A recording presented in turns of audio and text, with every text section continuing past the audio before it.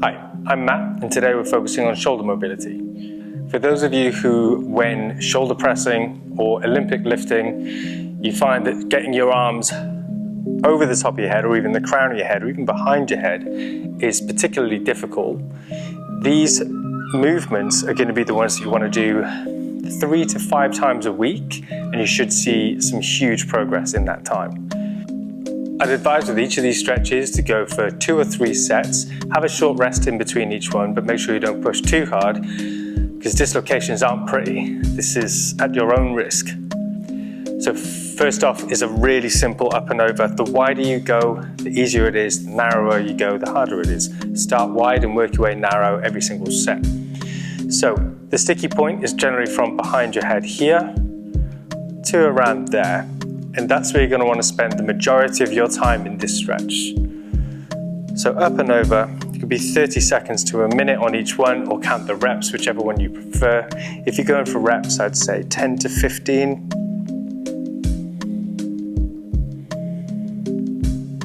And if it isn't feeling too bad, go about a finger width narrower and then go over again. Don't jump too narrow too quickly.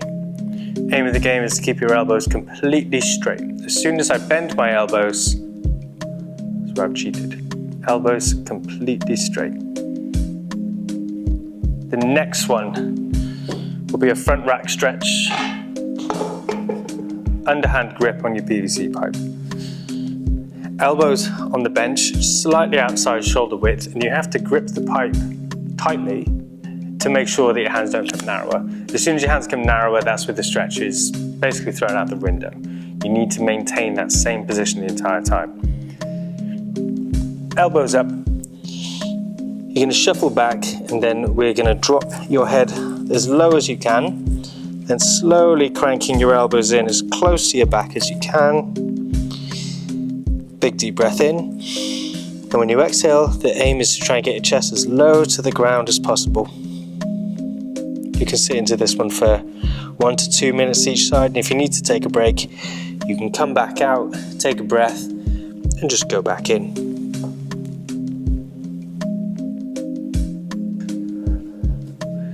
Next up, we're going to go for a deep bench press with the dumbbells. So, coming down, get into some nice bench press form, and what we're doing is we're coming out nice and wide and letting the weight sit at the bottom here. I can really feel the pull in my shoulders there. We don't want to make sure we go out too wide because that could really tear up your rotator cuff. Sit here, squeeze the chest out, and then slowly drive up, and then slowly back down again, trying to get a little bit more depth each time. If you feel that this isn't too bad with the light weights, you can upgrade.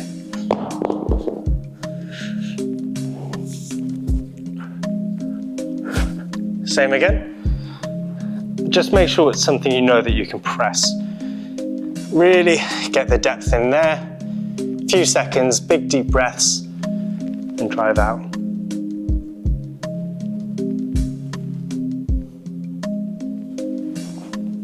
For this one you can use dumbbells. I prefer to use a bar, but it depends on the weight.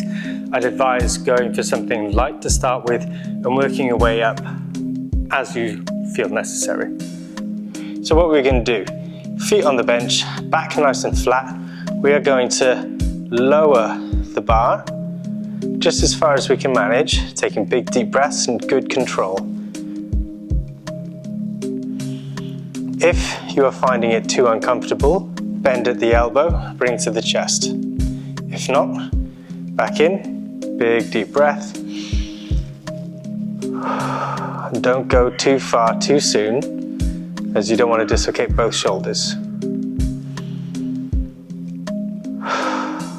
So we're really opening up your lats.